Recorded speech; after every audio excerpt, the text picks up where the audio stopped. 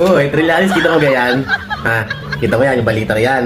Bagong-bago yan. Sariwang-sariwa yan. Oh, syempre, sa mga anti-Duterte, lalong-lalo na sa mga ayaw sa mga Duterte. Oh, breaking news. Alam kong ayaw na ayaw nyo ang balitang yan. Ha? Oh, hindi naman kayo magkataog agad yan. Aligagana naman kayo. Yan ang balitang masakit sa mata ninyo. So, kayo na lang magbasa. Ay, alam ka na kayo magbasa. Kung kayo, bahala kayo.